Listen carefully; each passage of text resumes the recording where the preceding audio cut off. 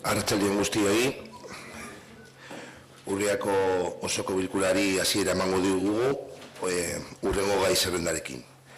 Lehenengo puntua, aurreko osoko bilkura akta onartzea, hala balegokio. Bigarren puntua, 2017ko ekitaldiko zerga proposamena.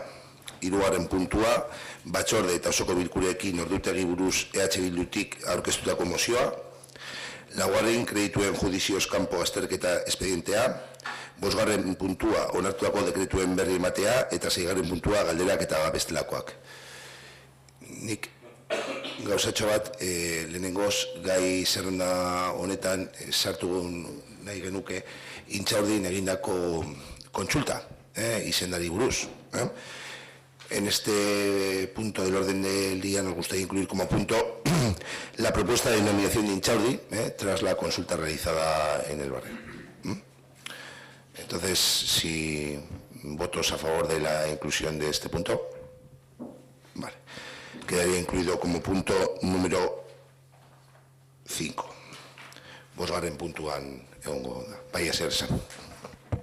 Guk aurrekoan bezala, eta jakingo duzuenez, honezkero, horrein honetan uste dugu baietz, badagoela auzokien protesta bat hemen aurrean udaletxearen inguruko kesa batzu dira eta eskatu nahi genuke, aurrekoan eskatu genuen moduan, atzeratzea, eten egitea batzarra joan izateko. Decíamos que vuelve a haber convocado una protesta vecinal por temas referentes al ayuntamiento, entonces nos gustaría que el pleno se suspendiese durante el tiempo que dure la protesta, que creo que va a ser cerca de, no sé si un cuarto de hora, 20 minutos, para poder acudir a la misma.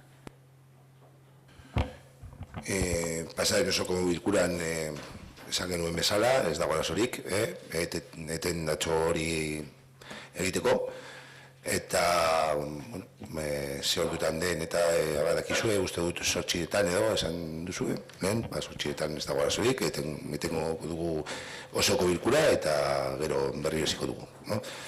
Que igual que el anterior pleno, pues que solicitasteis por una protesta vecinal que luego surgió un pequeño debate que desconocemos los motivos y hasta este ayuntamiento no ha llegado ninguno de los motivos, pues nadie como en algunas otras cuestiones y bueno, pues que no hay ningún problema en realizar el receso correspondiente y luego reanudar. Mila esker.